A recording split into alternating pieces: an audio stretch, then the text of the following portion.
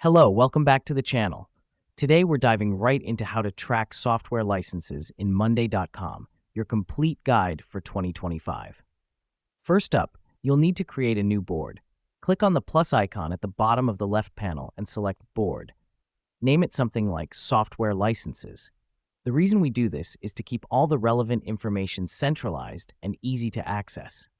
Next, we add the necessary columns. One for software name, one for license key, purchase date, expiration date, and assigned user.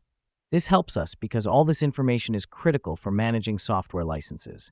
It helps us prevent any software from expiring unexpectedly and keeps track of who is using what. Now that we've done that, let's set up automations. Go to the Automations section, click Add, and select Date-Based. Set it to notify the assigned user 30 days before the expiration date. This is the most crucial step. Automations will ensure that no license expires without a warning, giving you ample time for renewals. Next up, we're going to add a dashboard widget. Go back to the main dashboard, click Add Widget, and select Board Overview.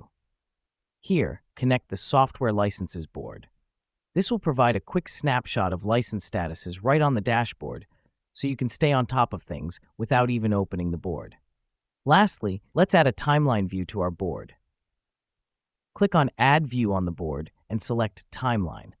This helps visualize when licenses were purchased and when they are due to expire, helping you plan and manage your software budget.